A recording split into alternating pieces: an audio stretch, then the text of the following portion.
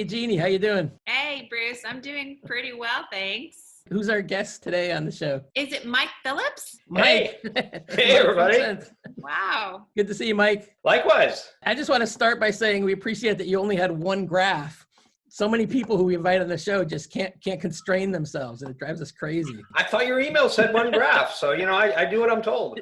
Follow Thanks. instructions. Yeah, it's pretty interesting. What can you tell us about it? The one graph we're talking about here is uncovers a whole lot of stuff. So, we've got this view that homes should be smart in the way that we can make them smart. At the core system level, your home should know what energy is flowing into it, what's going on, and so on. And all that should be able to help you make your home work better in lots of different ways, including more efficient. And that one graph shows one big slice of where that opportunity lies. You're the CEO of Sense, and maybe you should give us the short version of what the device is that's collecting this data. So look, we're basically a software company that's going after intelligence for homes, but we do have a hardware component, as Bruce was just alluding to. And the reason we have a hardware component is we want to help make homes more intelligent. There's a lot of smart home stuff that's around, a light bulb you can talk to, or some energy related things like a smart thermostat we'll talk about in a bit. But our view is to make homes really intelligent. You need a broader based data about what's going on in the home. And, to get that broader based data, we got to do it somehow. We could either wait around until the Internet of Things were all done and all devices were be connected and just tell us what they're doing. We decided we didn't want to wait for that. Realized that a lot of the stuff we care about is connected to the power system and use power in slightly different ways. So the notion was and is, if we can measure the power in a detailed enough way, can we tell what's going on just from the power signatures?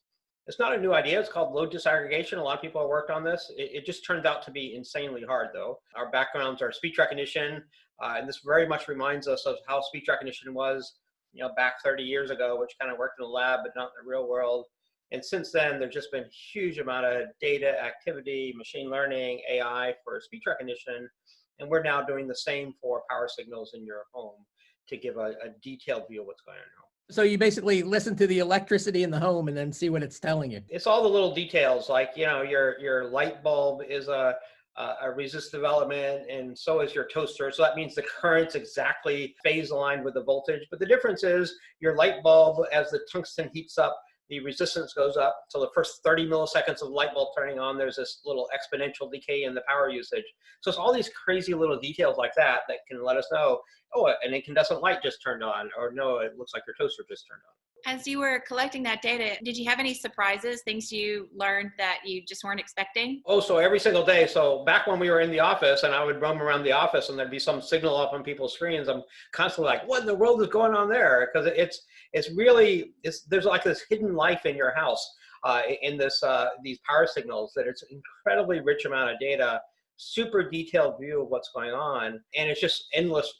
Well, I was going to say endless fascination, but that kind of admits that we are total energy nerds, that we would be fascinated by little squiggly signals of how your dishwasher is using energy. But we are, and it is fascinating stuff, and we're learning more and more every day. So in this graph, you've got not just one specific thing, but you've collected data for a large number of HVAC systems? Yeah, I mean, this graph is really popping up to a high level of, look, we all know that HVAC is what, 40% of energy use in residential in the US, something like that. And we kind of know that it could be more efficient, and kind of, things like energy audits and things like thermostats can all help with this a little bit.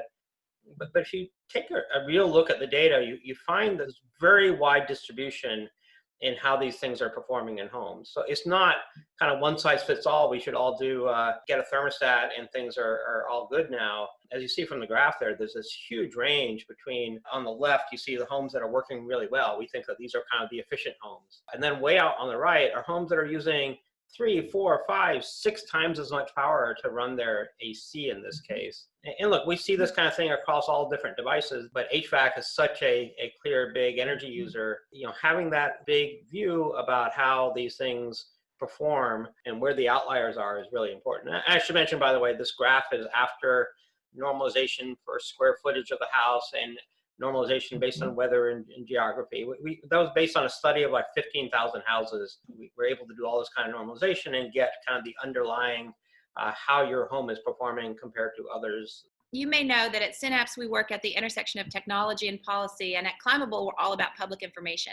So I'm curious how this kind of information that you have, will you marry it with the HVAC industry or energy efficiency folks, or, how can it be used? A lot of our focus has been for the consumers in their own homes. So providing transparency to a consumer about how things in their home is working and compared to others. So in fact, that graph that you see there comes out of a screenshot from our application that we're making available to consumers now. Kind of an early version, so it is a little bit data nerd version of it to show a histogram and so on. And we are using that to go and give transparency and information to consumers.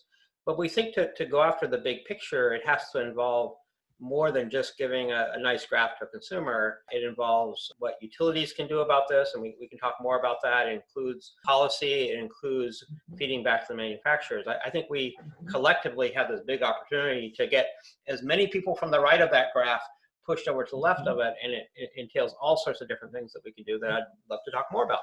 I remember when we first started doing blower door tests on houses, put a big fan in the door and then go around and see how pressurized, how tight the house was. And then, you'd find that a surprising number of houses had like a big gaping hole or something. And so, there was kind of like this low hanging fruit that just had to be identified. And then, it wasn't a thing of, is the payback period 2 years or 10 years for an investment? It was like, close that hole. And I bet there's a lot of things like that to be found. Yeah. I mean, from our digging into where some of the worst performing homes are compared to the best performing homes, which is kind of the point of that graph, you get to a point.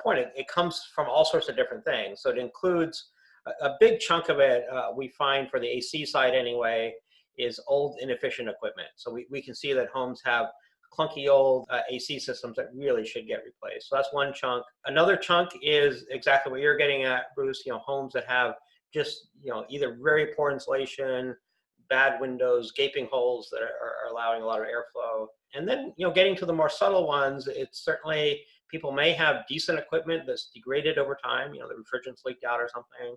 They may have gotten a new efficient heat pump or AC that got installed incorrectly, wrong duct size or something like that.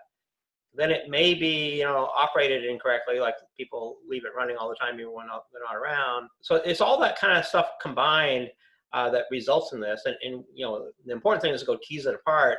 Start from that top level of how am I doing compared to others, and then go after it bit by bit to find the low-hanging fruit. It's time consuming and expensive to go out and visit the homes and have, energy experts go visit. I'm curious, of those causes that the list that you just had, are you able to, every data point in this graph is sort of made up of, millions of data points from the house, right? To what extent is it possible to diagnose the issues from the data that you have from the monitors? Yeah, we're starting to do work on that because we do have this super detailed data, so we can, to some degree, figure out how much of this is due to a failure in the AC. So in fact, we're detecting a couple different failure modes. How much of it is due to the original kind of aspects of the equipment? We can learn things about just the size of the compressor, just from the signals and so on. But in the end, for HVAC, before you do something as a consumer, you're going to end up needing an expert involved in this. No matter what we can do from a data perspective, you're not going to go rip out your AC just based on a plot that you see. You're going to eventually bring someone in. So I think we're trying to use this as data to then lead to what's the right next action that at some point is going to involve someone, an expert coming into your home to figure out the right thing. But view this as a pre-screen, so you don't have to do that kind of energy audit across everything. You find the good candidates for improvements and encourage those consumers to then find a way to get the benefits. So you can prioritize and allocate the resources to where they're most likely to have immediate big impact. Yeah, so just telling a consumer that they could save $600 a year based on replacing their AC system, you're going to get some people to do that, but most people won't. But then you find the subset of those people that could save $600 a year and also are setting their thermostat to 78 or 80. So we can see that they're on purpose, like keeping their thermostat high and suffering a bit, so because they're energy bills are too high. Then you combine that with a utility who has a summer peaking problem. So they're in a region where the utility is having to pay high wholesale rates or do unnatural things to supply power to a summer peaking problem. You combine that then also in the Northeast where people are trying to do electrification, we can detect from the signals that people have either oil or gas heat. So now this particular home becomes a great target for replace all this old inefficient AC with a new modern heat pump and get your windows insulated at the same time. Doing that in a targeted way, we think is where the big benefits come from over time. So one of the things I'm thinking of that's exciting about this is an increasing number of cities and states and utilities have, pretty ambitious and important climate goals, right? We're, reducing carbon, and then electrification of buildings is a big piece of that. And so there's the efficiency part that you're talking about, but also taking a fossil system and replacing with, heat pump or an, efficient electric system is often more cost effective if the fossil system is failing, right? And so there's a identifying failure and aging and opportunities in that sense, which I think there's been a lot of progress at power plants over the last few decades in terms of data and identifying likely failures and opportunities to replace.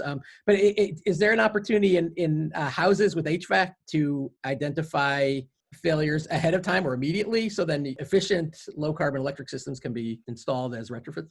Yeah, absolutely. So that is something we've been spending time on. In fact, we already have a consumer-facing feature for detecting one type of AC failure, which is motor stalls, which are usually start capacitor. But we're also seeing in the signals, we can see failing ignition in a gas furnace, for example. And you asked about from a preventive or predictive maintenance standpoint. There's actually the real opportunity is a lot of these things are starting to fail intermittently before they fail completely. So they are failing, they just don't fail completely, and the consumer doesn't even know because their house eventually gets warm. Then it fails completely.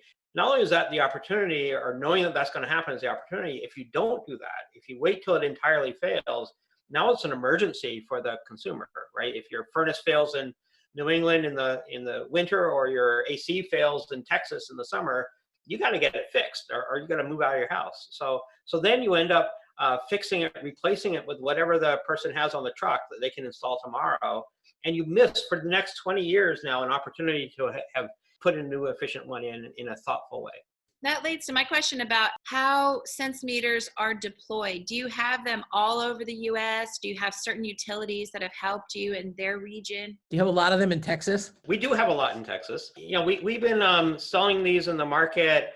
People are buying them from Amazon, buying them from our website. So, we have tens of thousands of them scattered throughout the U.S. Our goal is this should eventually be in all houses. We've got a couple of really great partnerships. One is with Schneider Electric, who builds electrical panels. So instead of retrofit into the panel after the fact, I think we didn't talk about, but our little piece of hardware has to go inside your electrical panel. So rather than put it inside your electrical panel after the fact, why not have an electrical panel that has this built in? And Schneider Electric, who owns Square D, is absolutely doing that with us in their new energy center that they recently announced. We're also working with one of the utility meter makers. I mean, utilities are already spending a couple $100s of your money to put a so-called smart meter on the outside of your house that already has kind of the things we have inside our little piece of hardware. They just weren't good enough. So it already does digital sampling. It already has local computation. It already had networking. They just weren't good enough to run something like Sense as software. But there's a new generation of meters, in particular, the new Revelo meter from Landis & Gyr supports Sense as software. So once utilities start to roll out these meters, we're just now a software download on this. It's kind of analogous to how your phone used to just be a phone. If you wanted a navigation system, you'd buy a separate thing for your car. Then phones got smart enough to run software, and there's a whole now ecosystem. And this is going to happen here also. And these guys are really out in the front of that. So yeah, we've got many installed today, and we have a path for how this just eventually gets into all houses. So Mike, this is really interesting. And I'm thinking about houses getting smarter and the people in the houses getting smarter. And maybe in some ways the people need better and more timely information, right? And so like with refrigerators, there's been all kinds of innovations about, the insulation material and the configuration and the motors and and all that. But one of the innovations was like putting a thing that dings when you leave the door open, right? And that's pretty common now. And it's just amazing, right? I mean, I left the door open. And I think with houses that literally happens as well. If you have teenagers or, you just leave the door open, and something where the furnace, if the furnace is running, unusually more, and it's not explainable by the temperature delta T or something, then it's like, well, something changed, right? And I would like to get a notification on my phone about certain things like that, so I could, close the door. Yeah, absolutely. I mean, consumers want to save money by saving energy, and they don't want to be wasteful, but they have no visibility today. So just by giving people transparency, visibility, tools that they need to know what they can and cannot do to help with things is powerful. I mean, there's one other aspect that we haven't talked about yet, but I think is increasingly important, which is around automation. And I think there's less opportunities for automation to save energy, but the real automation opportunity is for shifting when energy gets used. I mean, like some things in your home, your lights and your TV, you want to use the energy when you want to use it. But there's a bunch of things in my home, like running the refrigerator, charging the car, heating the hot water. I don't really care when the energy gets used. I just want the result to happen. And those are the ones that are ripe for automation, to automate when that happens. And as as utilities are looking to decarbonize, having load flexibility is just going to become increasingly important. There's certainly seems to be increasing focus, interest through all directions now about decarbonization and where we're heading. This whole electrification movement, we're super excited about decarbonization. We think we all have the tools now that we need to use to do this, and we got to find good ways to cooperate and get stuff out there to do it. A lot of good work to be done. Indeed. Thanks for being on the show. This is really, really interesting. Great. Well, thanks so much, Bruce. Thanks, Mike. Bye. Thanks for watching. This is Energy Nerd Show and Tell. It's the show that we want to watch, so we're thinking maybe some of you energy nerds want to watch it too. If you do, then tell your friends and subscribe right around here. Click there. And check or there or over here. Instagram and Twitter and Facebook and YouTube and where else? And the Energy Nerd website at energynerdshow.com. You can always go there. And if you want to be a guest, you can volunteer to be a guest. We love to have guests. In fact, that's kind of what the show is all about. Absolutely.